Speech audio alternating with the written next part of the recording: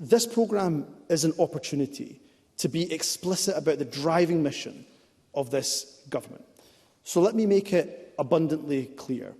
We are a government who will maximise every single lever at our disposal to tackle the scourge of poverty in our country. We have adopted progressive tax and spending policies to face those challenges. I will never shy away from the belief that those who earn the most should pay the most. But let me be equally clear, without any equivocation, we also need to support economic growth, not for its own sake, but so we can tackle poverty and improve our public services. The unfortunate reality is the Scottish Government is currently operating with one hand tied behind our back.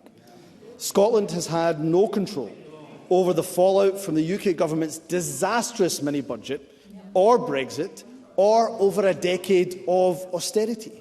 However, we still have to deal with the devastating consequences of those actions.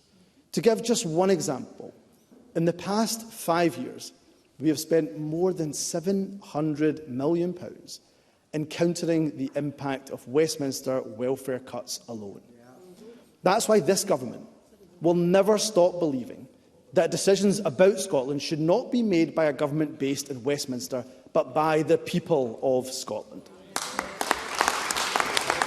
Thank you. Thank you. Can I just remind members there should be no interventions or interruptions of any kind during the statement. Independent countries comparable to Scotland are wealthier and fairer than the UK. And with our abundant resources, the question we must ask ourselves is why not Scotland?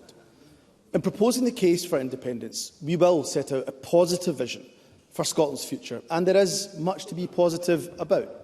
Scotland's economy already performs better than most parts of the UK. We have world-class universities and colleges, and significant strengths and potential in many of the key economic sectors of the future. Today's programme sets out how we will build on these strengths to make people's lives better. Presiding Officer, tackling poverty is deeply personal to me. Growing up in the Islamic faith, one of the core beliefs of our faith, and that I was taught, is that you're not a true Muslim if you have a full stomach while your neighbour goes to bed hungry. Tackling poverty isn't straightforward, given the restrictions of devolution, especially in the face of a cost of living crisis and challenging budget settlements. But it is absolutely essential.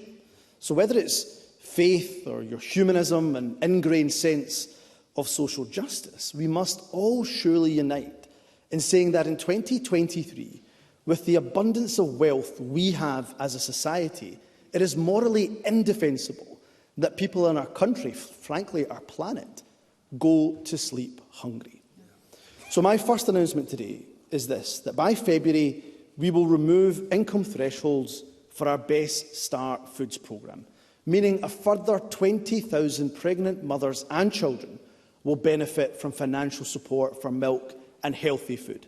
This is a further demonstration of this government giving our children the best possible start.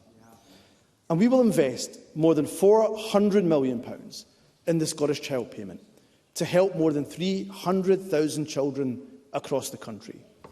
For many families, the payment, worth £25 per child per week, ensures food is on the table or the heating is on at home. We can already see the benefits of this policy now, but its true legacy will last for a lifetime. Through our actions, through this government's actions, an estimated 90,000 children have been lifted, are estimated to be lifted out of poverty.